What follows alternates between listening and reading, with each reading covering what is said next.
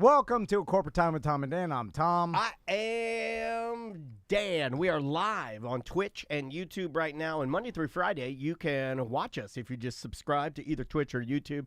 A lot of people are on Twitch. We're trying to build the numbers on the YouTube. Just search Tom and Dan Live. Super easy. Yep, our beer fest, free beer fest is coming up in Sanford, downtown Sanford. Yes. It's going to be November 18th. I would suggest getting there around noon. Yeah. That's when we hand out the sample cups. Yeah. You got to be 21 and up, obviously. Bring a great ID. You get in line. Yeah. You get your sample cup. Then you just walk around a little bit. Then at 2, we start pouring the beer. And this year, we're doing more than just handing out sample cups. You're going to get a gift bag with the sample cup inside and also gifts from Tchotchkes. us.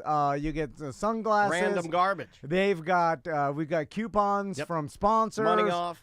Mo's got a gift he's giving away. We got a modern plumbing chip clip.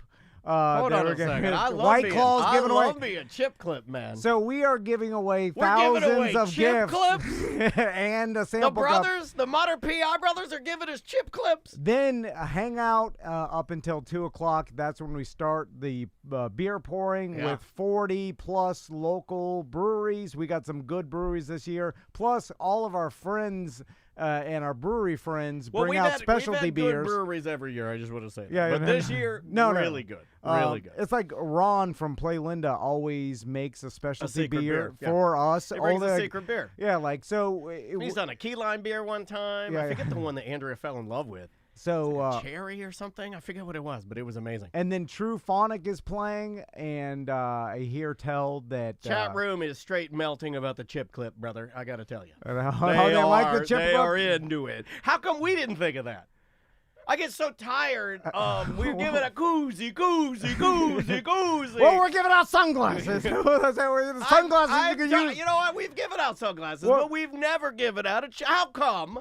I want to go in front of the Tom and Dan board of directors, and I want some answers. Well, okay, the sunglasses. How come we've never given away a magnetic chip clip? Well, okay, the chip clip is good for modern plumbing because it's in your house, and we're in your house. No, but the sunglasses you wear them all the time. The chip clip goes in the cupboard. The whole chat room is chip clip. Clip. Well, down with glasses, up with chips. But you don't see the you see modern plumbing's logo when you eat the chips, but then that's it.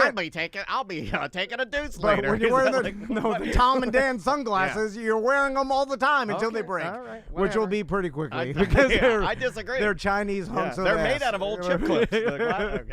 They're made out of broken chip clips, the glasses. Like, as soon as you take them out of the plastic, the sun rays will melt them. No, they'll scratch the lenses. It's made of fudge. They get scratched by the sun. Don't even take them out of the gift bag we hand you. Just put your gift bag in your car. Anything you take out of the gift bag will disintegrate. All right, let's do some weird job. Okay, we have a new theme song. This is going to make you even more mad than me interrupting you with all the chip clip garbage. Oh, and then Sofa and Suds the next day. Yeah. So we know November 18th, 19th. You guys know about it, right? Our guest knows about it, right? Sofa and Suds, the Sanford Couch Races. I'm always just...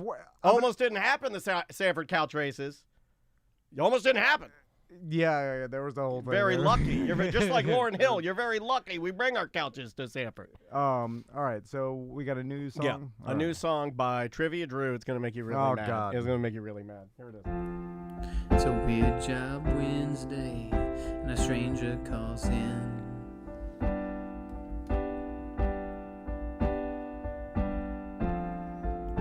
Another fat slob talking about their job. Is he really playing the piano? I think he's really playing the piano, and he's doing lightning crashes, right? I don't know. I think I picked up on it because I'm a chirper. He's a chirper. Whatever he's doing, I hate it. Yeah, I know. I do. But I'm pretty sure he's playing piano. This might be the longest anyone's gone. All right. To do a weird job. I even steal the music. I don't have time for that. It's like 7:30 in the morning when I do these. I'm hungover. I'm drinking pounding coffee. I'm singing some stupid. You can just play the instrumental and sing over that. But I think he's doing lightning crashes.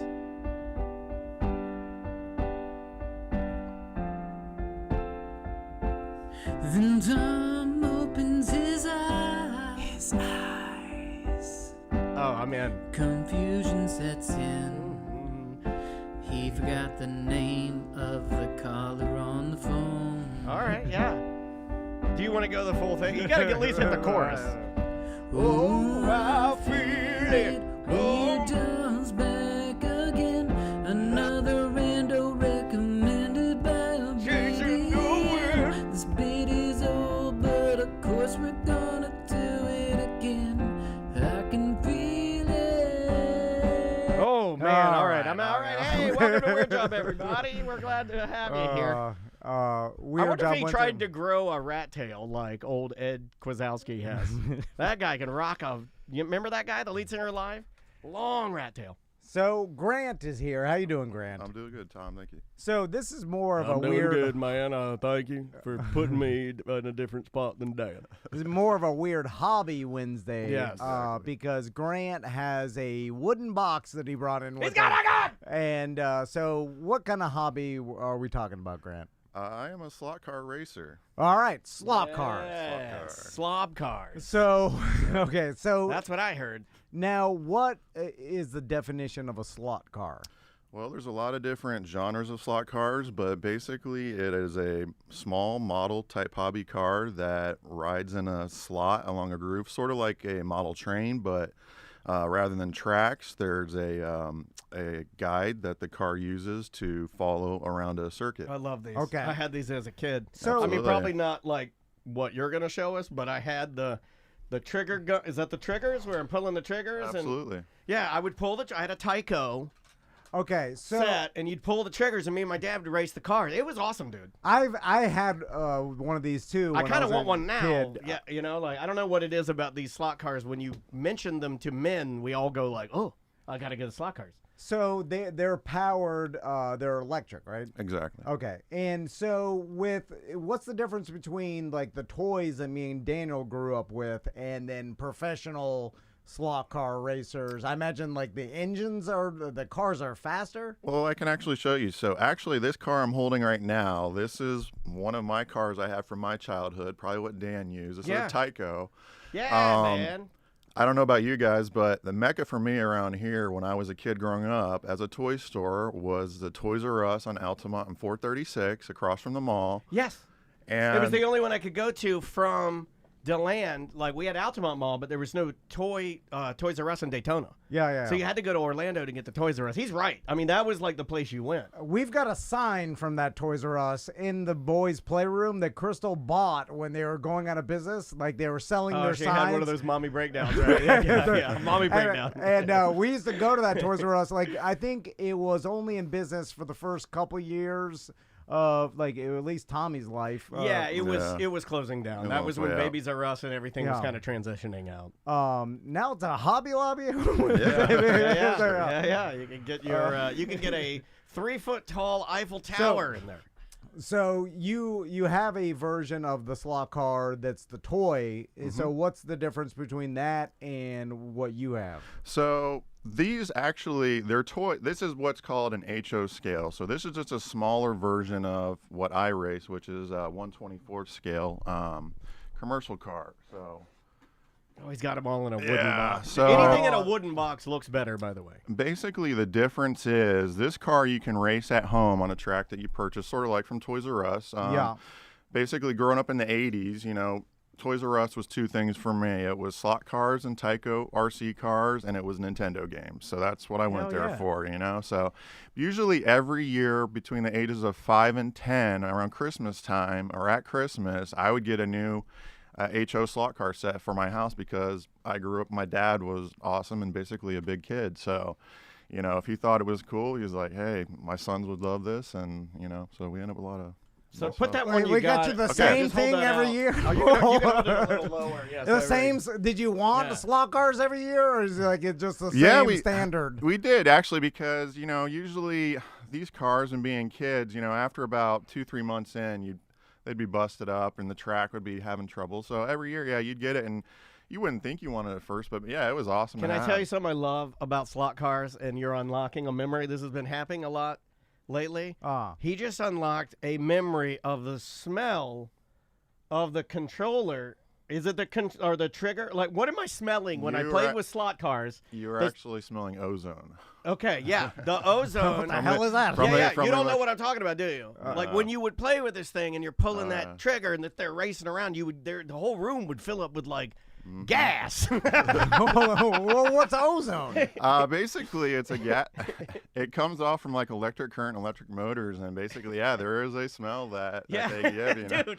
It was that and a combination. I think the plastic heating up, around the motors and, and around the track. The chat room had nailed it. It smells like electricity. Yeah, it that's smells what, like electricity. you would play with it. You'd be like, yeah, I'm really burning rubber. Well, It was a good session if you smelled it. Or is it just the rubber melting? I mean, because electricity has no smell. Nobody knows. I told you I had superpowers, and you never believe me. I can smell electricity. I've been telling you this. When I go under street lamps, they turn off. I'm the real live fat powder. I'm fat powder. So now, when you get into the actual adult slot car race, or like, how does it work? Like, who? Oh, the whole chat room is saying he's right. He says, absolutely, give that man a sticker. It's ionized air. Well, what does that mean? So maybe the electricity from the car is changing the molecules in the air and giving it a specific odor? I don't know. That's my guess. Something like that. That doesn't make any sense. There is a smell. I'll bet my daughter's life on it. If you play with slot cars and you're pulling the triggers, you'll be like, what is that? And it's the smell of the slot cars. But there's plenty of cars that have batteries, and it's got to be the smell of the tires and the plastic rubbing against the tires. Chat room is saying the spark turns the air to plasma, and that's what you smell. Yeah. Well, the spark of what? I don't know. So there's actually if you get into an DC motor and look at it, there's brushes on a commutator, and there's actually an electrical current that passes between it and the segments on the armature, and there is a spark. There's like a little fire inside this motor. Oh yeah. Yeah, and when you would put the little plastic, the covering on the top of the car, like its body. And you put that on there.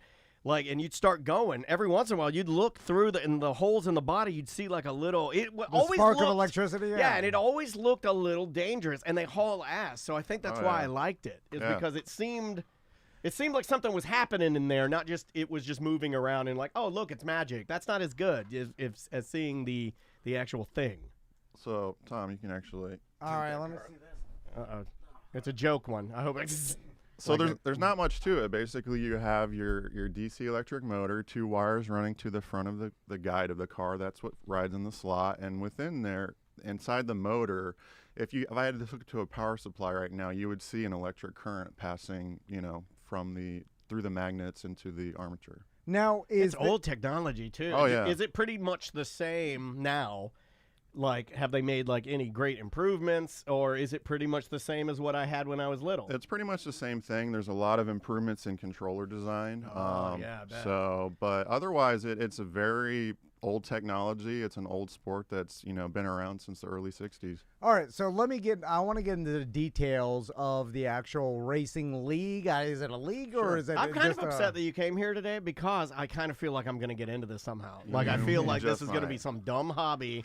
That I do. Well, I want to know how you get the edge of because in NASCAR, they kind of try to standardize all the cars. Restricted plates, only a certain type of car, and and then you have to everything has to be the same. Yeah. So then all the skill is in the driver. Yeah, right? It makes it all the parity's good, and everybody's it's about the driver. So is that how they do it in slot car racing as well? Like all the cars have to be standard. Standardized to a certain extent. There's a rule set that we have to follow. So there's, you can work within the rules. You can do different setup changes and stuff, but there is a box that you have to work within. So everybody is pretty much on the same page. Okay. So what's the rules of that? Like you have to have like this A13 motor. It can't be bigger than this or whatever. Like something. You're actually right on the right track. You have to have a certain motor type. The tires have to be a certain diameter. So they're not, basically everybody isn't doing. Do you guys get measured before the match? Absolutely. The race and the match. Jesus Christ. Mm-hmm. Just like real NASCAR. Yeah. So basically, does the guy doing that dress like a real official? Because I feel like he does that. I want to make fun of him. Well, does he wear like you racing? Can make fun of me because I've done a lot of tech. Do you wear a race suit? Absolutely not. Okay. No. So I wouldn't be that guy. Full race suit. Taking it seriously. Ricky Bobby out there. But basically all the cars are about the same speed as everybody else's. Like there's not one, because I would just put the biggest motor possible and blow the doors off everybody. Yeah, right? Somebody in the chat room said their brother upgraded the motor in their slot car and it burned the track. It can, yeah. If you're not, Yeah, like melted the track. Well, yeah. or Well, then it's just about whoever has the best motor, right? Or like, so what? Well, you're touching on a sore subject within the racing Uh-oh. community. I knew that. Yeah, I love touching Yeah, sore they subjects. call him sore subject Tom. He can't stop playing with all the sores. He's got sores in his ass. Don't say that. Carbuncles. No. Carbuncles. So one of the things is we use these sealed motors, and they're not that expensive. They're like $15, $18, but sometimes in order to find the best one, you've got to buy a handful of them and sort through them and do some testing and break them in. And out of the 5, you will have sometimes one that is the best. Now, not all the times. They've gotten a lot better over At the their years. consistency, right. But every now and then you'll get a batch in, a new one. Ooh, I like that. Yeah. You order 10, you're putting it on the dyno, you're running it. This one's the best. How do you do performance tests? Is it just stopwatch only, or are there devices you can buy to put your slot car on and it will dyno the slot car? There is some devices like that, but really the performance is when you put the car on the track and you run laps and you say, okay, I can turn a faster lap time with this setup compared to the other setup. So let's talk about the track. What are we talking? The standard oval? How long is it? Because I imagine it's pretty. With this size car, we're talking about. How durable is it? Because I really like to get it whipping. The track. I'm sorry. No, there's all different shapes and sizes of the tracks. So my journey into basically this is called commercial slot car racing that I do now. I was doing that, at-home stuff with the HO car, and one day I grew up in DeBerry. Nice. So one day my dad was telling me, hey, this slot car track opened up in Orange City, and I was like, what's this? The little cars that we play with. He's like, no, this is different. This is like what I used to do when I was a kid. So we went up there, and lo and behold, we went to this storefront. It was in the Orange City Plaza next to the old Jade Garden. No longer exists, but we walked in, and there was 3 different tracks I remember. One was like a little oval track. One was what they call a flat track with multiple turns, and the other one was called a king track, which is basically like the gold standard for slot car tracks. And basically these are, for the most part, road course circuits. So there is some ovals, but these are usually in length from anywhere from 100 feet to 220 feet. Sure. So quite big.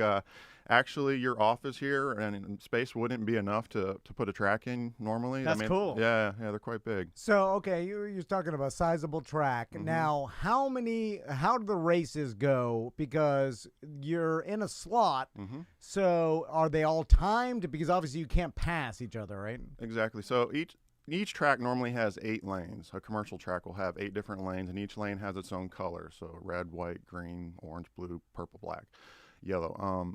And each lane you will get 2 minutes, normally 2 to 3 minutes to run that lane, and there'll be 8 drivers starting at one time. And after that 2 minutes is up, there's a computer that keeps track of all the laps and all your lap that you went through and the lap times that you got down. Yeah. And at the end of the heat, you will switch to the next lane. Sometimes it's the one next to you, sometimes it's one a few over, and you end up running every lane for usually 2 to 3 minutes depending on the race. So I've seen slot cars, and I maybe have seen slot car racing in some like mini videos online. I don't know if you're familiar with those. They're endless mini videos. You could just scroll all night and not pay attention to your family. Anyway, so in the videos, the cars are going so fast that there's no way to tell what the hell's going. They're like, my glasses don't even help. Yeah, my glasses don't even help. I don't even know what's happening. And then you're just looking and you're like, wait, I don't even know. I think I'm winning. And then it's just as fast. I mean, so fast you can't even see the detail of the car, obviously. And speaking of that, how fast do they go? Most of these average anywhere from about 25 to 40 miles an hour. But you're talking on a small track, so it's super fast. Yeah, that is like, if that thing flies off, I mean, you could lose an eyeball, Yeah, right? how do they keep the cars from flying off? Because when I was a kid, if you hit the gas too hard on your trigger, then they would fly off in the corners and then into the drywall. rocket off into and my dad would like, Dad Lee, keep him on the track, boy. So it's similar to what you'd use as a kid. Basically, there's a controller with a trigger, and when you pull the trigger completely, you're going to get full power. When you let off completely, you're going to get a brake. That's a hell of a controller. Yeah, Jeez Louise, man. So this is the controller advancement I was talking about. And actually, this is kind of an average entry level. There are some that are much more advanced than this even. So. That's crazy. So it's like that one, I'm guessing, is hypersensitive to touch? Or Yeah. Well, what it allows you to do is control basically the amount of brake input that you have in the car. Sometimes you want a lot, sometimes you want a little, depending on how the car is set up. It also allows you to control the throttle curve, so you can have the power come in a lot faster or a lot softer, depending on how the car is handling. It just allows you to make more adjustments to suit your driving style and the car setup. So you can like completely customize it based on even your own hand geometry, whatever you need. Absolutely. That's okay. That's really neat. What does a controller? Okay, what would an entry-level nothing controller, the ones we got with our Tycos, that's like what, $10, $15, $20? Something like that, but you can get one from a commercial track, probably like $50. What's $60. that guy? This one I think cost me about $230, $240. Gotcha. So a little bit more, but yeah, it does not look like a toy though. no, it's not. It looks kind of scary, like you connect wires to the top or something. Or Yeah, so you've got basically this is, I don't know if you're. yeah. You have 3 wires that connect to posts on the track. So one is for your brake, one is for the positive, and one is for the negative. Gotcha. And yeah, at each lane has its own station that you hook up to. So after your heat is done, you disconnect and go to the next lane.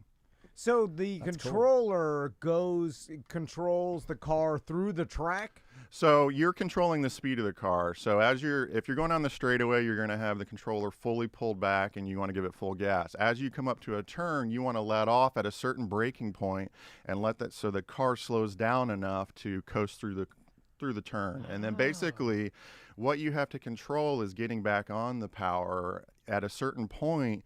Depending on your car and how it's handling, you can get on the power sooner, or you may have to wait a little bit. Otherwise, your car may fishtail and fly out of the track, or also conversely, going into the turn itself, if you brake too hard, you could fly off and slam into the wall or. Interesting. When you go to these races, is there like a bad boy of slot car racing? It's like that's Buffalo Bill. He plays by his own Oh rules. God, that's Slots Johnson. And then Who said Slots Johnson? And then get out of here, you punk. Slots Johnson, he's running it too fast and he's too reckless. And every once in a while, one of his cars fly off, and then the official comes. He's like, one more time, Johnson, that slot, and you're out of here. All right. Is there anything like that? There's a little bit of that. Nah, You keep messing with me, I'll go to the Slot Car Nation and take my talents there. And there's competing leagues. It's like WCW versus WWE. How serious do all these guys get? Do they? I bet there's been a fight. I haven't seen a fight in a long time. But there's been one, hasn't there? Oh, there's been. I yeah, know there has yeah. been. You know why? Because guys are involved. Exactly. And if guys are involved, we're going to fight. So, how serious does everybody get here? Everybody has different levels that they take it. I'd be real serious about it. I'd be mad as hell. I mean, there's some guys that live and breathe slot cars, and if they don't do well during a race, they are very upset. And, Stupid. You're an idiot. They yell the C word. Yeah. Are there how many? Is there age brackets? Are there any? Something tells me it's really young, really old, right? I mean, no one between. Yeah, I don't feel like this is a gray area sport. I feel like this is a babies and almost babies again. It's no one here is in the 30s. Yeah, babies and angels. It's babies and angels. I'm definitely the outlier. I'm in that group You're young. like you're talking about. Yeah, you're too young to be there. Yeah, I came in. You can still get erections, so they're like, what is this guy doing here? Put him in a different class. Yeah, this guy's crazy. But, you're holding your Slots Johnson. But no, we do have a few kids, but it is majority older guys. I would say average age is probably right now late 50s, early 60s. That's about right. Yeah. So, God, I have something to look forward to. So this is going to be so awesome. Describe to me race day. Like everybody has. You got a big breakfast. You got to carb up. Carb up. Exactly. Do you have a team? Do you have a team? Do all the cars look similar? Like, does someone have like a wiener? Because it seems like No, you don't get out of here. You want to make a mockery of this? no. You want to make a mockery of my hobby? Well, because You're gonna race me with a Wienermobile? I'll smash that thing like Dog the Bounty Hunter smashes an ice pipe. because I don't know how much. I'd be so mad at you if like- dude. You're mocking it. Do aerodynamics This guy's really over here make a with the difference? Batmobile. He's got the whole Batmobile, the '60s Batmobile with Fat Batman in it. So what are we talking cars? Are they all the same? No, they're not all the same. Okay. There's all different classes of cars, and there's different series that run, throughout the state and the country, really. So there is basically the car I showed you before. That's a commercial style. They call it a stamped car. There's also other cars. My other series that I normally run in is called Retro, and basically these are a different variety of cars that the chassis themselves are scratch built. So a lot of it is all steel piano wire and brass that's cut and soldered together by guys on jigs, and there's a lot of different variations in chassis design. But again, there's a set of rules that you have to work within, parameters to build these cars. So, but on normal race days for you, usually at least for me, I race about 2 to 3 times a month, and usually 1 or 2 of those times is on a Friday night at my local track, P1 Raceway in Winter Garden. Nice.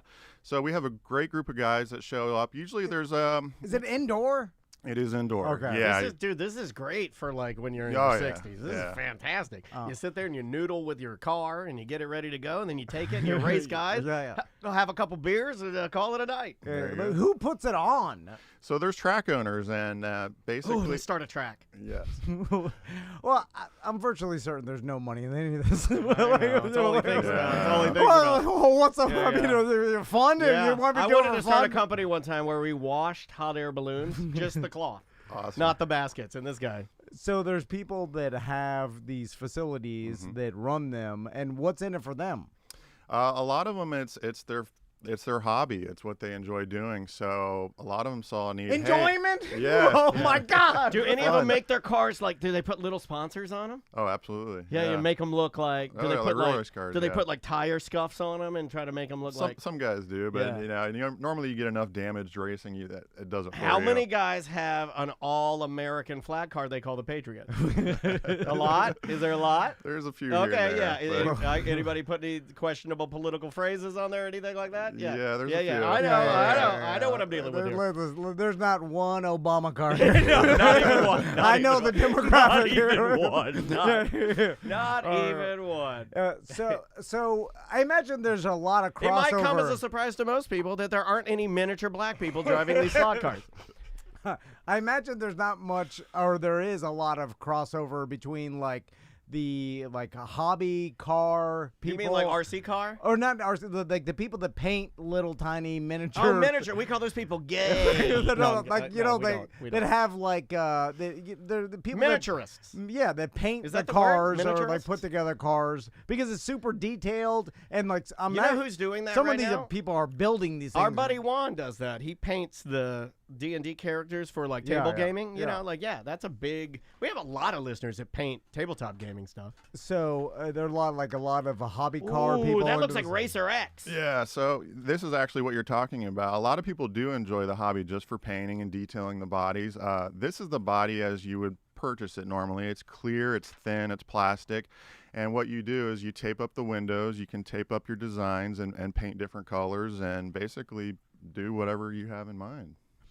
So you can be as creative as you want. That's pretty cool, man. Absolutely. How much does one of those little bodies cost? I think this body was like $5 or $6. Yeah, so would you say that to get started with like the same size that you have, what's a ballpark figure for just to get started?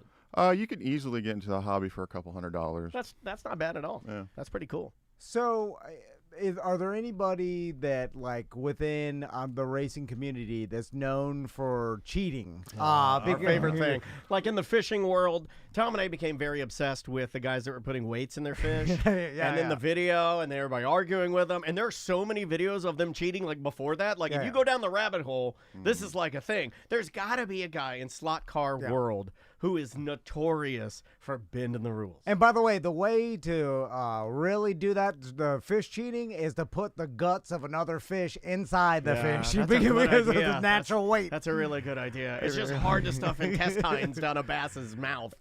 So I'm sure there's people that soup up their motors or maybe get a little bit of a custom built bigger motor that puts out like 1% more energy, or like you that know, guy in the Tour de France that had like a miniature motor in the frame of his bike, and he's just cruising along. And then there's controversy because someone's telling the judges he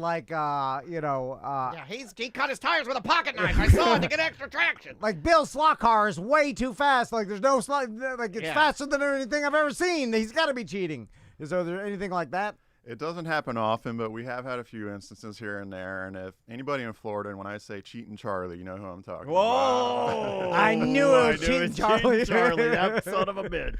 And so Cheating Charlie was He knows. He's listening right now. He's in the chat room. Beefed up motors, or is there a weight thing? Do they have to weigh a certain pine amount? tar. You put pine tar on your tires. They get them stickier. I wasn't there for this race, but one instance I heard, and I like how you're distancing yourself from Charlie. Exactly.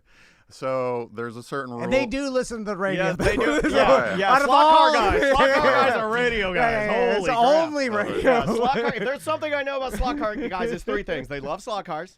Number 2, they listen to the radio. Number 3, they love free movie tickets. I know that. I know it's like you know it. And Sorry. Trump. Okay, you forgot to mention Trump. And Trump. And the chat room is so happy you're spilling the tea. Back to you, sir. Anyways, this was a local race I heard, and basically sometimes in the local like Friday night races, the rules are a little lax as far as there's not somebody there checking your car constantly. Everybody's like, hey, we're here to have fun, who would cheat, right? Yeah. So what I heard was particularly that car in front of you right there, it has all steel pans, so it's a little bit heavier, but what I heard is he got caught using aluminum pans, which lightened up his car. Aluminum pans? All right. Come on. And how does someone, are there actual officials or judges there that will come and do something about it? Or they're just like, come on, we Charlie. know you're using aluminum pans, Charlie. No, you just get shamed by all your fellow slot Or they're racers. like, boo. How many people are at an average race day? Well, average race day, if you have a series race that's going on, usually about once a month, you'll have anywhere from 15 to 20 people usually show up. That's good. Does your wife come? She's sitting here. I don't know if it's your wife or girlfriend or leaving friend. We're leaving her off the camera. She looks like a good, supportive woman. A good, because supportive person. She didn't want to have anything to do with us or this. I imagine that or if Cheating Charlie. I was into this, that Crystal would never show up to one of my races. And she would be, bullying me about how this was all a waste of time. Yeah, and how many I should get I play grown video man. games, and Andrea and Maisie will walk by and be like, shooting aliens, huh? Yeah. Yeah, okay. All right. Well, this is my girlfriend, and she hasn't been to a race yet. My ex-wife has been to a few. Whoa, that's what happened. Don't take her. She's a good one. Don't take her. Don't take her. You don't want to scare her away. Cheating Charlie might steal her from you. So, how many races per event, and have you won first place? Do you get a trophy? Is there a money prize? Let's talk about that kind of thing. So for the most part, there's no money involved in this sport. So All right. it's all just for... Well, Tom's out. Yeah. Can each racer put in $10 just to have I'm sure Okay. Cheating Charlie's in. something? So there is one segment of the hobby that does like to race for money, and that's the drag racers. Whoa! all right. My God, like Ginger Minge. Yeah. So they will put up money like real drag racing, and putting money to the pot, and whoever wins fastest, gets the money. I like that one. Now, is it just a straight? It's obviously a straight track. just a How straight- long? Usually I think 60 to 75 feet. So All it's like less than a second, just and you're done. It seems like you would need some sort, and that's obviously digitally monitored because I imagine the races are so I close think that it's just a digital tape measure. 100th right? millisecond apart because the damn cars are so Ooh, fast. race for pink slips. That's what the chat room says. There you go. Do people race for their cars at all? I've never seen it. No.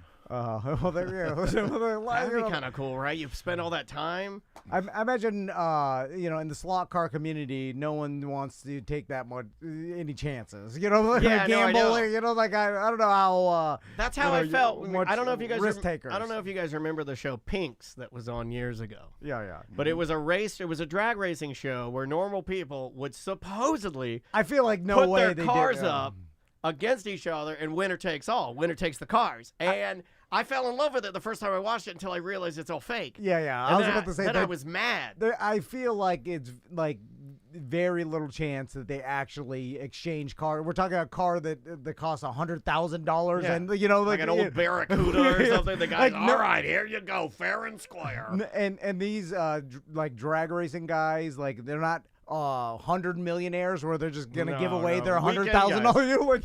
Like you spent their whole life and 2 marriages building this car. Yeah. They're just gonna give it away anyway. What's the most? Sorry, I have so many questions because this truly is the weirdest hobby I think we've had in here, but in a good way. Like I can totally see myself doing this.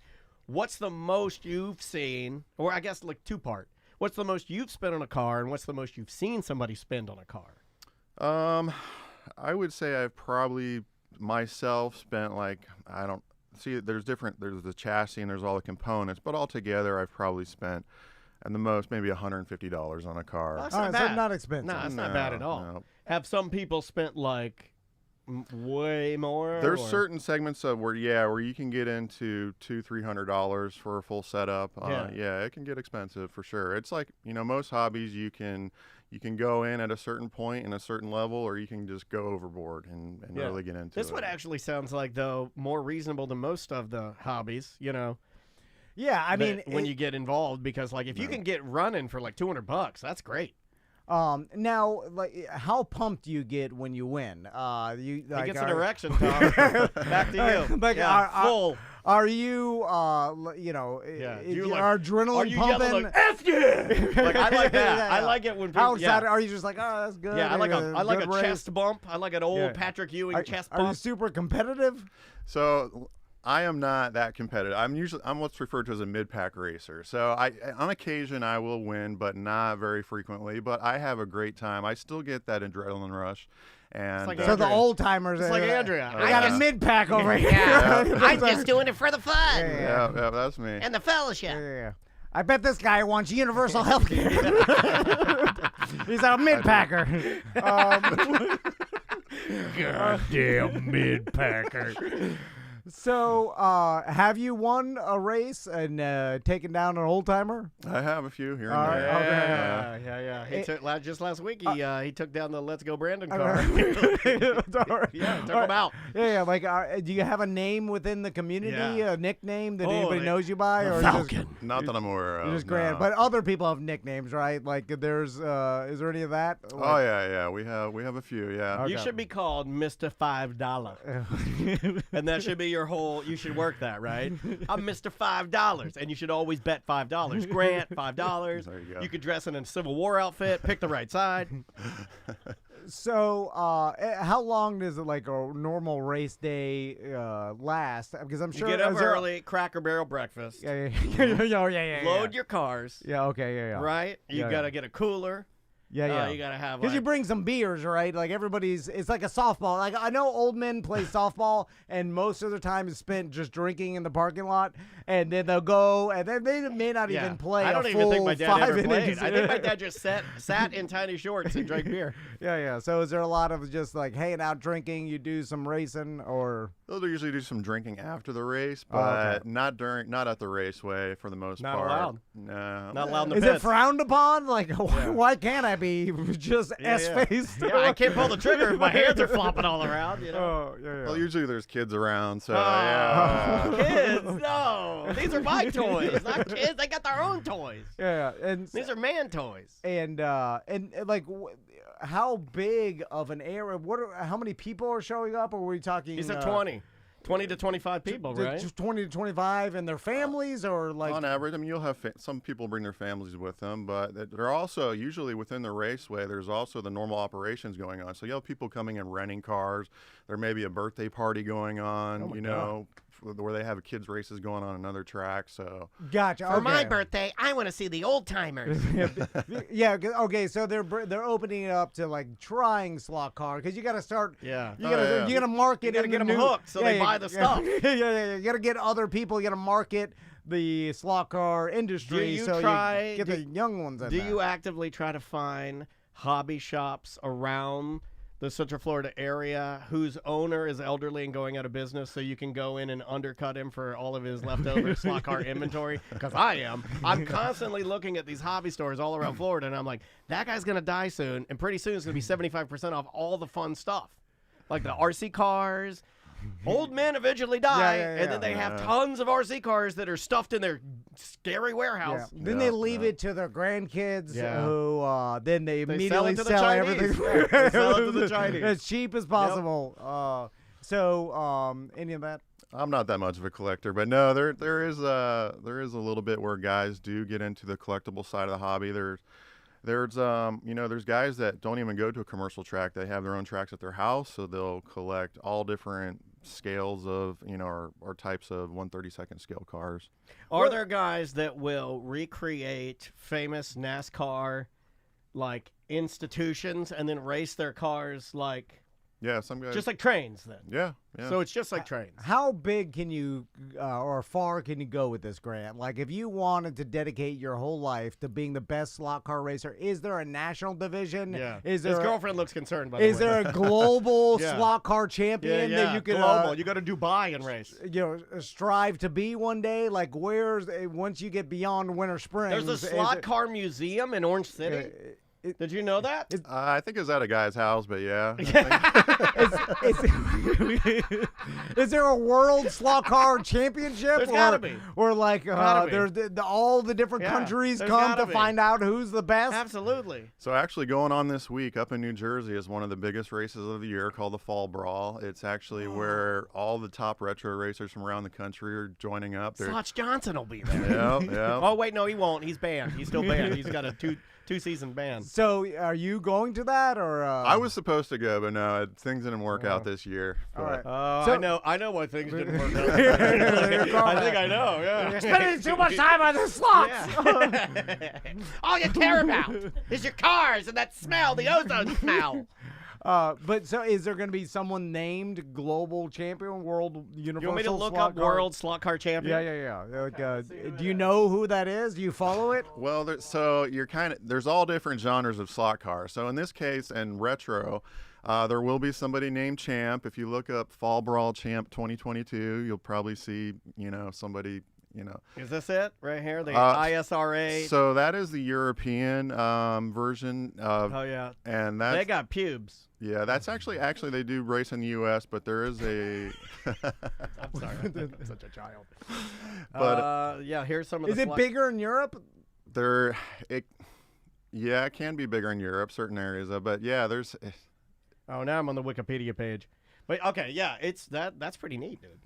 I love it. What's the biggest slot car country? Is like, and if you're going to rate them, like, is the U.S. in the top 5 at least? I think the U.S. is, probably number one. We kind of started the slot car racing craze back in the 60s. I don't know if you remember when like the hula hoop was like real popular, was going through the fad. Well, slot car kind of went through that fad itself, where, at least from what's been passed down to me, is if your town had a bowling alley, there was at least 2 to 3 slot car tracks within your town as well. It was that big. So at one point it had its peak where, millions and millions of people were doing it, and then it kind of faded away. But there was always been this subset of people that have, race slot cars. So what you're telling me is that it's a little bit better than a hula hoop. That's what I thought. That's what I graded. Yeah. I like that. So in all, Grant, I guess last question is, in your entire slot car career, how much money would you say you've spent on this? Oh, Counting your divorce. You have to count that. You have to count because that. You gotta. Because I feel like that factored in. I mean, that was half of my everything. Yeah, you I got. feel like it factored in, right? So that's a lot. That's a big price to pay for some toys. Sorry. oh, she's probably, Oh, is she listening right now? Is there anything you'd like to tell her? Come on. I'm joking. This is new girlfriend sitting right next to me. I know. Come on. I think we're doing good. We're doing I good don't for you. know. Good wingmen. Probably $4,000 or $5,000. Oh, Yeah. that's not The that bad. truth That's not comes that bad. out. But I'm talking about, I've been doing this for 25 years. you Yeah, know? Oh, well, that's not bad at that's all. nothing. Yeah. Oh, my I God. spit that on McDonald's. You know, like I knew it. No, I'm just saying, like some garbage. Yeah. You know, so it seems like The chat room was guessing $50K. That you'd spend. No. No, way more. They're cheap. This actually sounds like a really economical, like fun, like sort of like industry or like engineering type hobby. You know, where you get your hands a little dirty, you tinker. I like tinkering. There's some racing involved. Yeah, like, there's competitiveness in it, but you're also building the car. I like this one a lot. This is a good one. I also like you could fit everything in a small, like 2 foot by 6 inch box. One day, I'm not doing it right because one day I will be old enough. See, I'm older. I'm probably the oldest in this room. But I don't have a creepy wooden briefcase. I feel You need like that I feel to like keep at all your my tiny age, trinkets yeah, in. to keep my trinkets in it. Like I have little hobbies. I'm working on that scooter, and I'm still working on it. I got like stuff. I can keep little washers and screws. Every old man I know that's worth anything has a creepy wooden briefcase, like a little box that they carry around with all kinds of little knickknacks. Or your dolls and Yeah, you put dolls, puppets, little trinkets and puppets. Well, Grant, thank you so much. Do you want to promote anything? Promote where the races are if anybody wants to come check them out? Yeah, I want to say if you're listening, check out your local slot car track. You can go on their Facebook and search, or their slotblog.net. And yours is what, P1? Is that what you said? P1 Raceway in Winter Shout out to Garden. P1 and the Winter Garden boys. Yeah. Woo woo! Yep. If you're in Orlando and you haven't raced in a while, come out to P1 and show us what you got. Yeah, you know, we're looking for more racers all the time, so absolutely. Don't look up hotslots.com. I didn't look at that. It's about the same. Yeah, it's not. It's not good. All right, let's take a break. We'll be right back with more corporate time. Great job, man. Awesome. Thank you, Grant. Thank you so much. That was so good, Grant. You did such a good job, dude, and you brought so many fun things to look at. Thanks for doing that. Yeah, thanks for sharing. That was really cool. Where's that go? Wednesday 1 and 2. Yep. I don't know how well it translated to radio, but It was great. Pretty good, you know. it was awesome. You were fine. Yeah, I should have brought some pictures and stuff for you guys to pull up, but you know. No, Nah, you're great. Yeah. This because more than most people listen. Yeah, I'll give you some feedback from the chat room. 10 out of 10 interview. That was fantastic. Really, really good. Yeah, that was super fun. There you go. Oh. Anytime you like, for me, you learn something about a hobby that like you're super into, and a lot of this segment of society is super into, but no one knows anything about. You know what I'm saying? Like, no. Because no one, unless you have someone in your life that's into it, you would never know this even existed. You know? Absolutely. No. Usually when I talk to people about it, they're like, "What? What do you do?" And then they're like, "Oh, yeah, I kind of remember that." Yeah. That's awesome. Yeah, I had a great track when I was little. Very nice to meet you, man. Yeah, nice to meet you too. Thanks so much for the time. Absolutely. Appreciate it. Been listening to you guys for years. Well, and thank you for doing that, man. Yeah. Can I get a picture of the three of us together? Absolutely. Is that We need to cool? get one holding the cars and Yeah. whatnot. Kill that guy. We'll go out front. Take it. I need to get one. Would you mind taking one with my photo too? Or my photo? Yeah, absolutely. Also And take you know what we should do? What's that? Grant, you want to actually open up your case again, and then let's do a video for Melissa. Oh, yeah. So she can promote it. Pull away, whatever you want. Where's the next? Oh yeah. Yeah, I could do a little. Okay.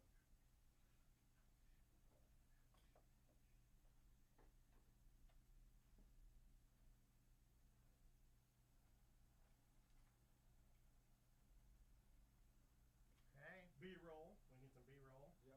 And then here we go. Grant, come there. Yeah, jump in there if you don't mind. 3, 2. On today's Weird Job Wednesday, we talked to Grant about his slot car racing hobby.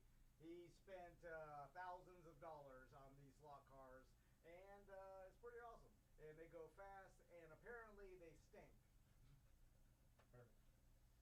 All right, I'll send those to her. Let me turn this around. I don't know how to operate my phone. There you go.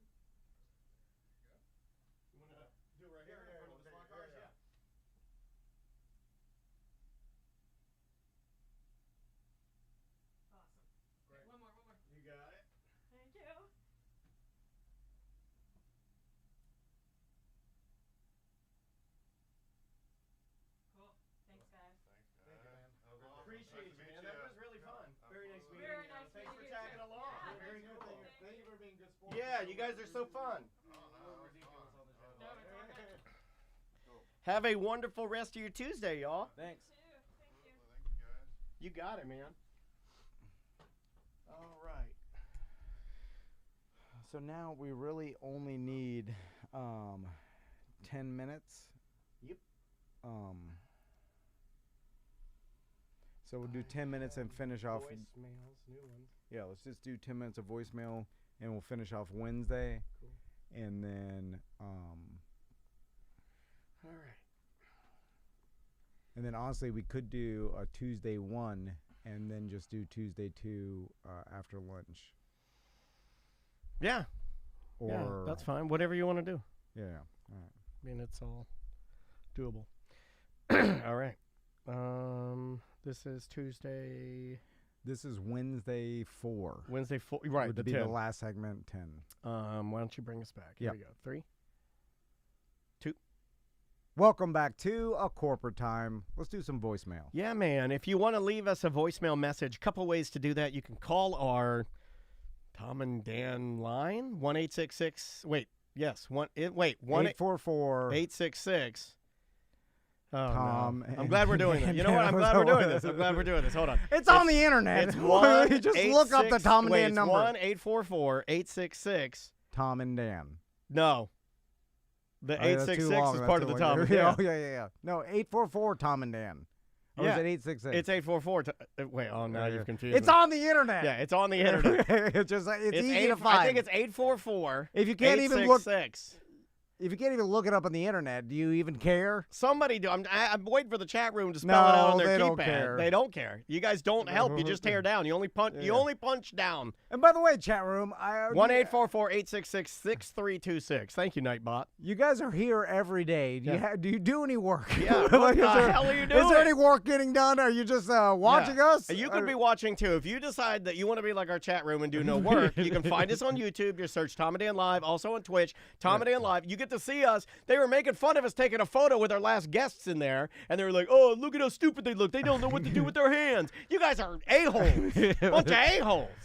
Have you ever taken a lot of pictures? You don't know what to do with your hands. Yeah. So that's why what I do would a you thumbs guys up. do? You're not superstars. Yeah.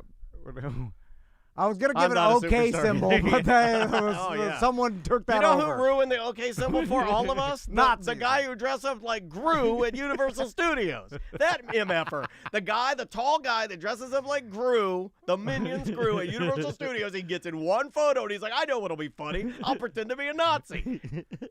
Great. Now none of us can do OK. All right, here we go. Voicemails. You'd requested voicemails. We could do this. Okay, here we go. First voicemail. I've heard of Jonah Falcon. Daniel, you probably know him because he's kind of a what do you call that when you don't want to be a part of something but you Reluctancy is the word you're looking for. Reluctant. He's mentioning Jonah Falcon. Remember, I got you a cameo from Jonah Falcon. I was convinced that everybody knew who Jonah Falcon was. are. He's an unfortunate, not unfortunate,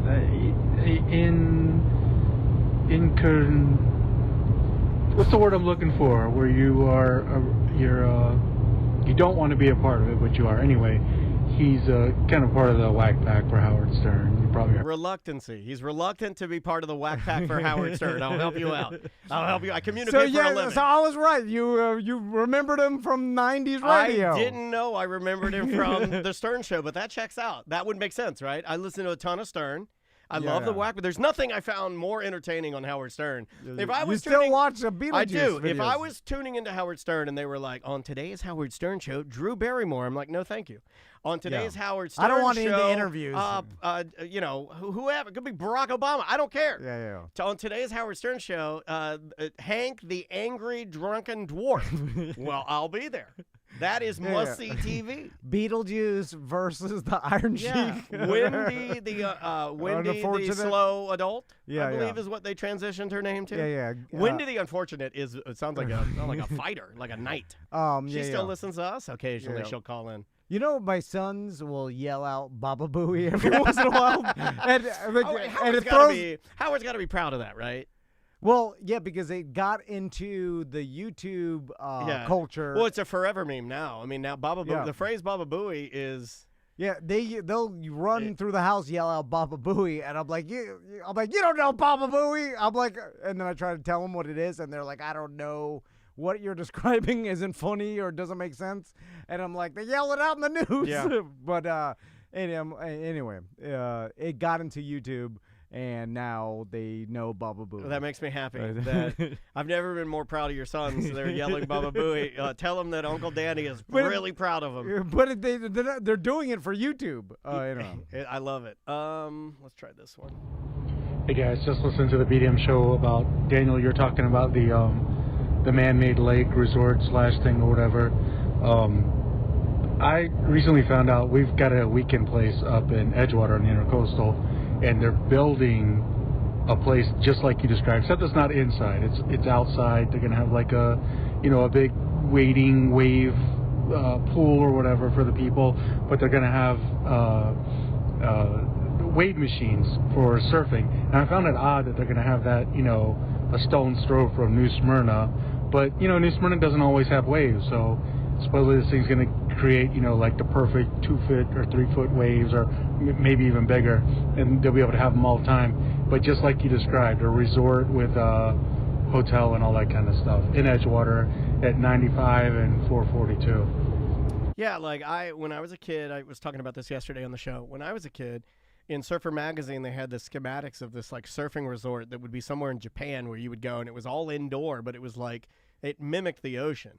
And I think there was probably like some VR or what is it, VAR, like whatever the thing, like the augmented reality, AR. I guess. I think there was some of that included in it, but this sounds cool. So let me ask you this, please, because you were a former surfer. Can't do anything now. Now I'm a blob. Now my bones are rotting. So it seems to me that if you're into surfing, it's more than just actual surfing. And follow me with this. Like because when anybody that I've ever known that was into surfing, they kind of describe it, and it seems like they're addicted to it. It's like a religious, like it's like yoga. Okay, it can be. Yeah, it can be very relaxing, like yoga. But there's also there's more to it than the actual. The chat room's clowning on you. They're like, it's a lifestyle, bruh. Well, because a lot, and this goes to the like the manufactured waves. So a lot of it is surfing is the following the weather patterns, right? Yeah. And then when the swells come through, and becoming one with nature. And then you go out there, and a lot of times you're just sitting on your board in the ocean. Yeah. Right? Because maybe the day is you not. Paddle out, you sit on your board and wait for the right wave. Yeah, absolutely. And then on certain days, like paddling out is harder than others. So there's the exercise of that. Those weren't like the peaceful days. The days when you would get out there and it was clean and quiet I don't want to say religious, but it's definitely like you are at peace with the environment around you, and you're enjoying nature. Yes, and you hear there's meditation everything. involved. Yeah, and there's fish jumping out of the water, and there is an element of like danger, I guess, because you are out in the middle of the ocean, so that's a little exciting. But you're amongst nature, and I mean you'll see fish, you see sharks, and whatever it you is, see dolphin. And so when you just go to one of these manufactured waves parks where it's all about just the getting the perfect wave every time because they can manufacture that, I feel like you're losing all the other parts of surfing. I would not have thought of this, and I agree with you. Normally, I don't agree with you on this. Normally, I'm all for like, hey, the technology is great, and I'm all about consistent waves, but I don't like the fact that you're not in the ocean. Well, even if you are in the ocean and the waves are being manufactured by man, then I feel like you're just, because it seems like half of surfing is just sitting out there in the ocean. Right? And then that's part of... it's like hunting, right? Yeah. So it'd be like if you went out hunting and somebody brought you a deer and you shot it. Yeah, right. You're just like, okay, well, this is not really the whole thing. You're not supposed to catch perfect waves every time because surfing is about using your knowledge, knowing the weather, and having patience. Patience. And a lot of it Nobody has patience these days. I'm trying to teach that to Maisie. But so a lot of the benefits of surfing is just sitting out there by yourself in the ocean. Yeah. And Like what I fishing. think, like fishing. like if you were going fishing, I'd and agree with that. and it was in a stocked pond that they were all biting all the time, are you doing the same thing? You know, are you getting the same out of it? That's all I'm saying. No, I mean know. you're not. Now, if you want I to agree practice, with but you. if you want to practice, if you're just about wave time, I mean, it's similar to in a wind tunnel compared to skydiving, right? And you're in a wind tunnel, you just get a lot more air time to practice your, your formations or even Sure, practice. that's different though. That you're honing a skill that helps you in the real thing. But I guess that's the same thing with surfing. You know, I guess if you only did manufactured man-made waves, I feel like you're not really a surfer. But if you use manufactured man-made waves to make your skills better, I think that's what it's made And for. I've heard it's harder. I've heard it's harder to surf in freshwater on man-made waves. I heard it takes some getting used to because of the salinity, I guess. I don't really understand it. I'd have to try it. I haven't surfed in, geez Louise, 10 years, maybe longer. It's been forever. There's a lot of things that I used to do heavily. I was talking about this with Andrea. There are a lot of things that I used to do like thousands of times, and I just don't do it anymore. I guess that's for everybody. But mine would be surfing, and believe it or not, golf. I golf so much. When I was working on Drew's show, we would golf 5 times a week. Yeah. You know, I mean, maybe hit 2 on the weekends and then 3 during the week, but we'd go at least 5 times a week to like Wakaiva and play 18 holes. Almost every day. It was crazy how much golf I was playing. You should get back into some sort of. I'm going to. You know, it may have passed you by though, and now you can never go back. I know. I think about that every time. It's gonna be hard to get back. I pass this golf course down here. Like my short game is always where I excelled, but yeah, it was. I got to do something. You know, get another one here. And then it's like, and now's the time. Like you know, there's no. If you wait, it's like just gonna get worse and worse. So like I've realized that with running, and then now my my muscles are getting pulled and stuff. I'm like, why is this happening to me? It's like, well, it's like leaving a Harley in the garage for like 20 years. Yeah, and you got to start it up and it's gunked. You haven't run in a decade, so what the hell made you think you're just gonna get back into it seamlessly? It's like it's gonna take you're gonna have to grind. I'm gonna have to grind this out. It's gonna be miserable for the next half a year. You do that like what is it? Couch to 5K. You know who's doing that and crushing it is our friend Michelle Imperata. Yeah. At the beginning of the year, I guess she decided that she wanted to run a 5K or no, maybe a marathon. Yeah, that 5K. But she started doing the couch to 5K deal, like in training herself. And I think like as of yesterday, I was looking on Facebook and there she was. She's like, I just finished 10 miles. I was like, 10 miles? Yeah. That's a lot. If you do it right and slowly, that's what she's been doing, like really putting in the work. Let's go with. Oh wait, we got to get out of here, don't we? Oh yeah. Bye bye. I'm glad I looked over. All right, that'll be abrupt.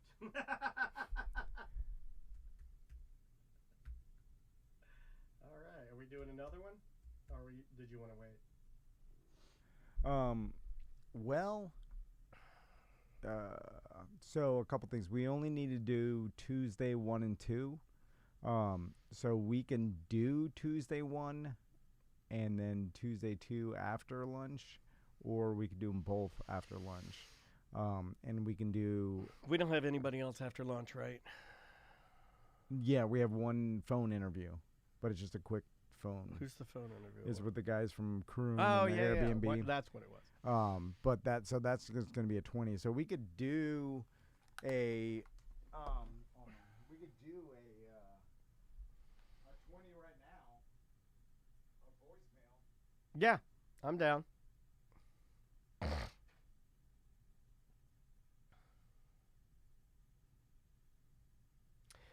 Yeah, Twisted Movies. I'm trying to teach Maisie patience and how to just, sit with herself.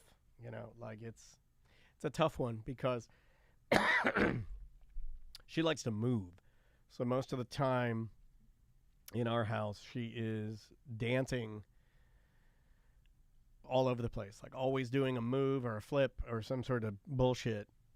And I've noticed that when she is on her iPad or device a lot, that her behavior becomes like worse in the she can't focus. It might be just me hyper-analyzing it, but when she plays with her toys, though, seemingly a far more patient and normal child. Like Legos. If she gets stuck on Legos, she'll go for hours.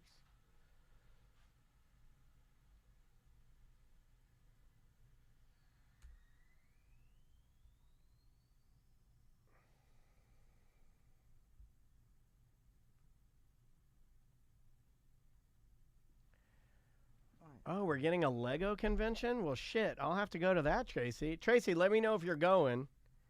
And I would love to take May.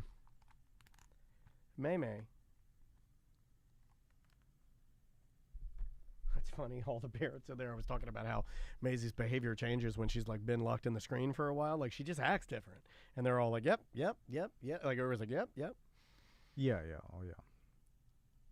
All right. Voicemails are queued. I'll bring us back. Here we go.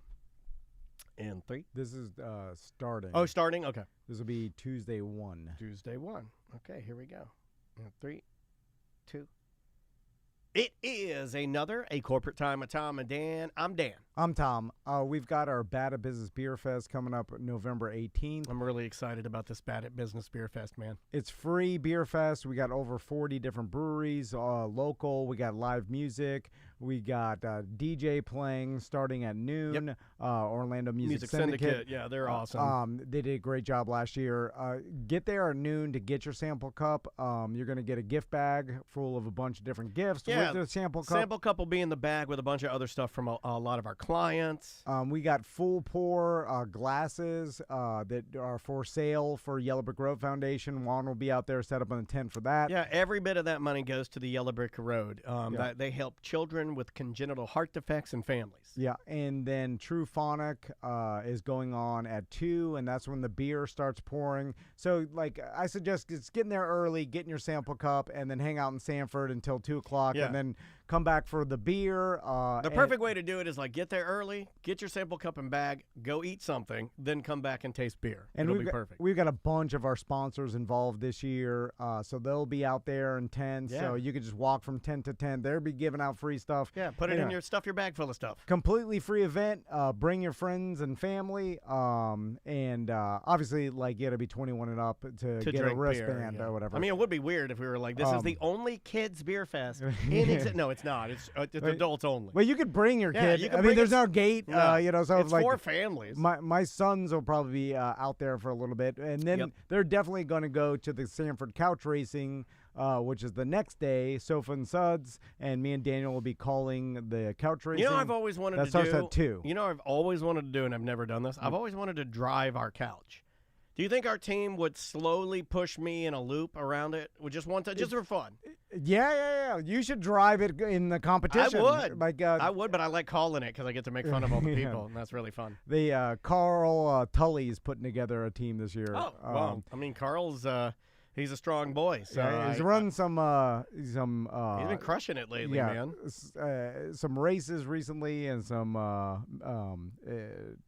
I think basically did a sprint triathlon. Oh, did he? Like a month ago or something. Nice. Anyway, you should talk to him for some pointers about your cat. Oh, he tells me, and I'm just like, well, your body is genetically different than mine. Right. Is like, he's a human donkey. Yeah. He could be put through anything. Pack mule. Yeah. Anyway, all right. Voicemail messages. If you got one for us, call our number 1-866-TOM and Dan. I don't remember it again. That's how it works. And you can also get our app. Our app has been really from the top down.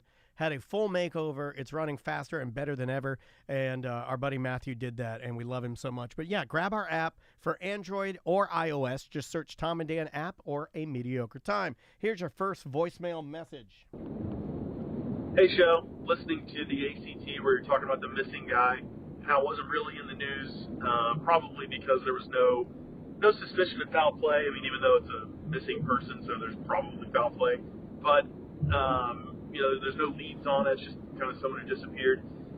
It makes me think of the Casey Anthony trial because really it probably still would have been a local case that we would have heard of. But without that 911 call from Cindy Anthony saying it smells like there's been a dead body in my trunk, and then the whole, no, wait, it was just a pepperoni pizza. Without that at the very beginning, it probably would not have been nearly as big of a case. But that 911 call was so emotional and intriguing, and then the excuse was so absurd that there was no choice but for that case to be huge. So it's unfortunate for this guy that there was nothing that piqued the interest of the public. But man, that 911 call, I think back, because I was in news radio at that time, I think back to it, and what an insane start to an insane case. All right, love the show. See ya. Well, I forgot there's about a that. baby involved, and Yeah. if there's a kid involved, it's gonna make news. You know what I'm saying? Like I forgot more than about anything. the whole pizza call, and then I forgot about the pepperoni pizza. Did they ever drill down on where the pizza would have come from? I don't think they. Where- you know, give me a guess. No, I mean, you know, I'm not. Sorry, I'm deflecting because I'm uncomfortable. Well, That's what I do. But yeah, I think that case. But also, they found the body, and then so it's like I feel like the Casey Anthony case was always going to be a big. You know. Yeah, I mean, I think also because of the multitude of lies, you know, because it had Yeah. just spiraled completely out of control. But I'm just glad that's over. Let's try this one right here.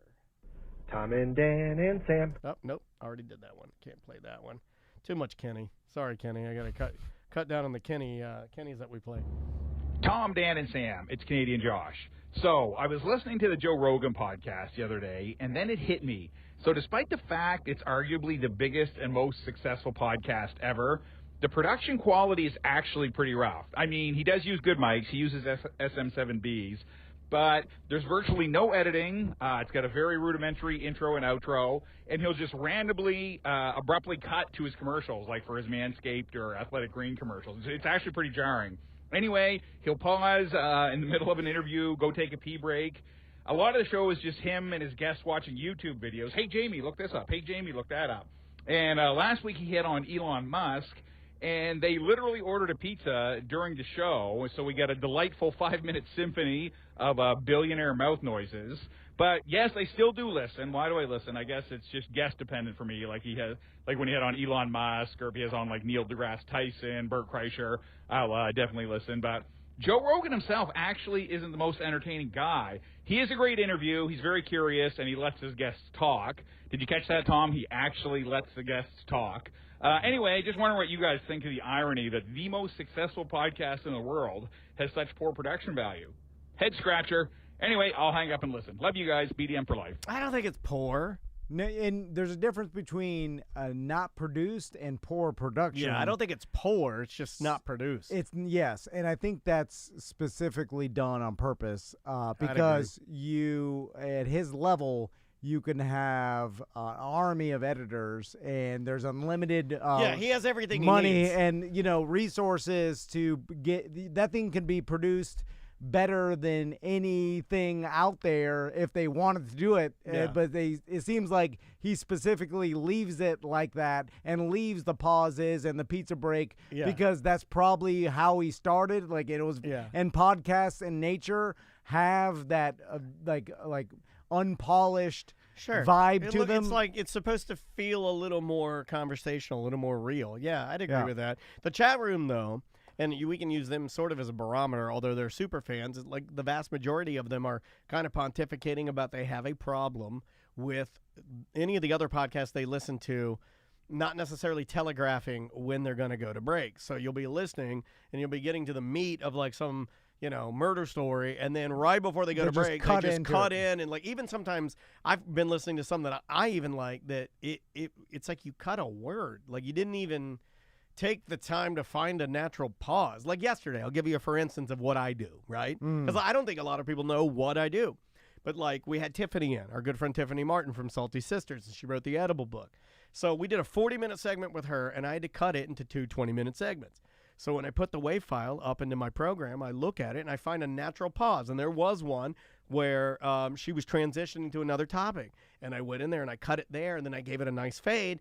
That way it's just, it's going to be an abrupt break, but at least it's pleasing to the ear. It's correctly faded. The commercial comes in, it doesn't step on her words. You're not going to feel like you missed anything. Yeah, yeah. Like, I don't know. It's just the way that we do things is just the way that we do it, I guess. You know, and I imagine that ACT gets cut a lot of times because we'll do a full 40 and then we'll cut it in half. But I always try to find a natural place to cut it. Yeah. You know, instead of just like, you know, a lot of times people, there are AI programs that will just insert your commercials now. So a lot of what you get will just, you know, if it's like, if you have like a geofence around a certain area and you're changing commercials, you know, if, you know, in your podcast, I mean, who knows how they're splicing it and throwing it in there. You know, you don't really have control over that, I guess.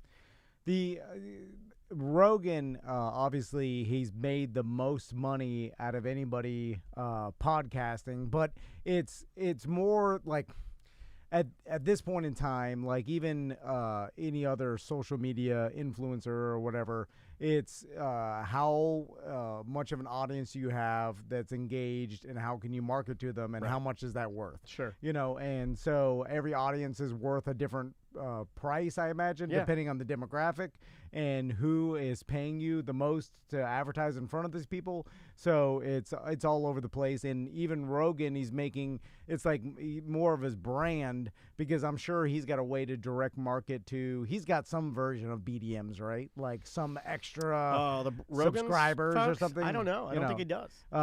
There's got to be some internal way that the extra, like the super. I don't know if he does because he's got the mothership. He's running a whole comedy club, you know, and then a bar beside it, and then there's no way to like subscribe. Oh, I'm sure there is, but I haven't heard. You know, no, I don't know. I haven't heard of him having a premium. I think we would have heard about that. Maybe not for like monetary purposes, but for just subscribe to his newsletter or to be in his club of. I don't know. I'd have to research, but you would think he would have something. If there's like that. something like that, he's got a way to direct market, and then at his scale. Then you start selling your own products. It's kind of like Casey in our chat room says he does not have a premium tier anything.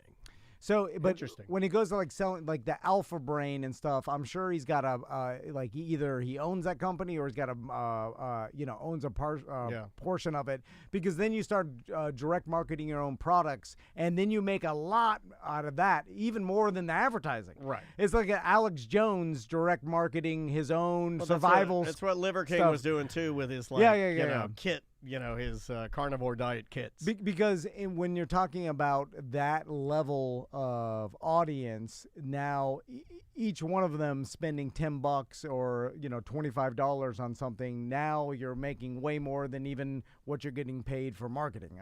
So it's like a lot of different ways. Casey must be a Rogan guy. Thank you for your info, Casey. Casey says he owns most of Athletic Greens and Alpha Brain. Yeah. That makes sense. So, and then you're talking about a huge amount of money there because it's easy to direct market his own stuff, and then you're getting 100% of or the revenue from it. So, anyway, it's interesting, man. So, but whatever you're hearing him do, he's doing on purpose. Yeah, it's not amateur hour. Yeah, like, or he's aware of it and he's like, it works. He may not it may not just be an accident. The ads go in there, but he's definitely heard it and he's like, yes, leave it that way. Yeah. I believe that. And if there's anything that Musk said or he said that he doesn't want out, it's out. Oh, it's already out. Make no mistake that he's like, well, I'm going to be truly authentic to my audience. I'll leave this in. It's like, I'm sure there's parts of the conversation that. Well, people have already complained about that. I guess if you were to, because I'm not a regular listener. I'm kind of like Josh in that.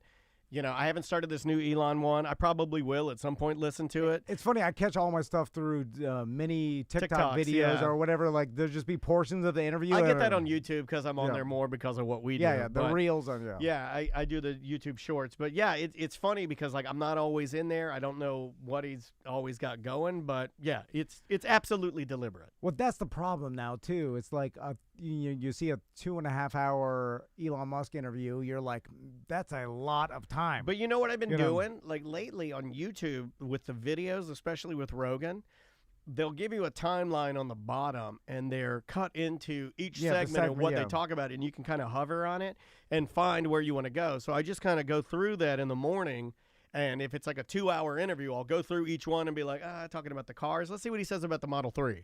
And because I'm interested, right? I'll listen to that and then like, okay, him talking about like X, don't care. Him talking about, you get to he's pick talking and choose. about world politics and Hamas, not interested. You know what I mean? Like, and you can kind of pick and choose where you want to go with it. That's exactly how I consume Rogan because it's just so big. I do that with Marin too, but he doesn't have a video component. Yeah, it is interesting that now you're like, oh, here's 3 hours of the interview, and it seems like most people are consuming it through mini videos, or they're picking and choosing what parts they want to listen to because there's so much content that it's like you can't. This was coming though, and it was right under our nose years ago. I want to say almost 8 years ago. I think Andrea was working, maybe even 10. Andrea's working at WESH, the news station here in town, the NBC affiliate, right? Yeah. And she was telling me one afternoon about how the number one thing on their website, and granted, this is 10 years ago, that was trending the highest, where they would go into the Jimmy Fallon show, the Tonight Show, with Jimmy Fallon, and they would pull, like, him and the Roots Band playing with the kid instruments, and then they'll do a cover of a famous song. And they would pull that video, take it, just the video, 3 minutes, put it on their site, millions of hits. And she was like, I think everything's like, she's like, when Jimmy Fallon puts out his show, it gets views, but not the views that when we take it and make it into pieces and throw up bite-sized pieces of it. And this is 10 years ago. And look where we are. Yeah, it's just a bunch of little bite-sized pieces. Like that interview right now, actively, whether it's a human doing it or a bot doing it, it's scraping the Joe Rogan show with Elon Musk, finding each little segmented part and putting out little bite-sized pieces for all of us to sit on the toilet and scroll. And it's weird. I wonder how much it's weird. It's messing with our human brain. I think it's screwing us up. Because no attention span, dude. Look at most kids. When's the last time you saw a kid, other than your own, sit quietly? I mean, like most kids can't. No. Most kids can't do. Most adults can't do it. Oh, even my sons would would rather have some entertainment, than sit there. They can't, just like anybody else. I think that's bad, but, man. Yeah, well, it's totally unnatural to what our human brains have evolved to do. It's like, think about when ancient humans were out in nature. Not much happens. And the stuff that does happens slowly you were just for the most part. About it. You just nailed it when you were talking about surfing and sitting in the lineup on your board. And the amount of patience it takes to wait for a wave. Yeah, so most of our entire human brains have evolved for not much going on. Right? Like, I know you had to, do things to survive. You worked a lot harder physically, but mentally, you had a lot of time for your brain to just to think about things and, like, not be stimulated, I mean, I think a lot of that time, it's funny because if you think about it from a computer standpoint, there are times when in the background, your computer is doing maintenance checks on itself, right? Like, I know this machine in front of me, our main machine. Yeah, you can't be running it 24/7. This thing, well, in the background, it's like, making sure that the files are all organized, do it like, we don't give ourselves enough time to do that anymore. We don't give ourselves any time for even just mental self-care, just sit with your own thoughts and think about if you want to be healthy or calm. And I'm not preaching because I'm the worst at this. Like, as soon as I wake up in the morning, I'm like, email. I'm sitting on the toilet. My eyes are still blurry.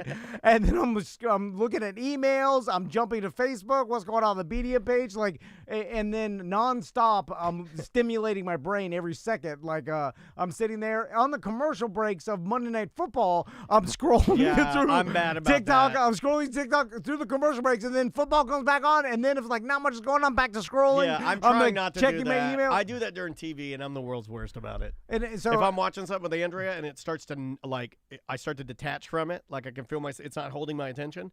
I'll feel myself go to my pocket. I get on my phone and look. Yeah. Your brain's like, this is not good enough, and it's like what. The TV pleasure sensors, whacked out pleasure sensors. $20 million productions not good enough for you. No. I need a black guy dressed like his grandma, running around his front yard with a rolling pin. And then I need an infinite amount of next things that are just nonsense. God, we are ruining our brains. Yeah, it's. Luckily, we're dead pretty soon. Yeah, pretty soon. Yeah, it's coming. Let's do one more.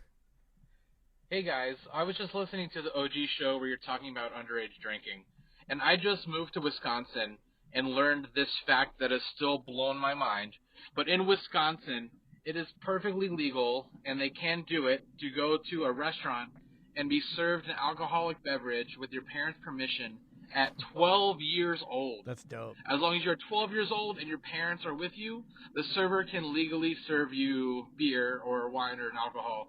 But I guess it's up to the server's discretion. But they are allowed to do that. Absolutely insane. I'm going to do that. As soon as Maisie, on Maisie's 12th birthday, we will get on a plane. And we're going to fly to Wisconsin. We're just staying in the airport. You're going to keep it cheap. We land. We'll walk to, you know what? I'm going to walk her to an Outback Steakhouse within the Wisconsin airport. The airport Outback. I'm going to get her a Big Bloke beer.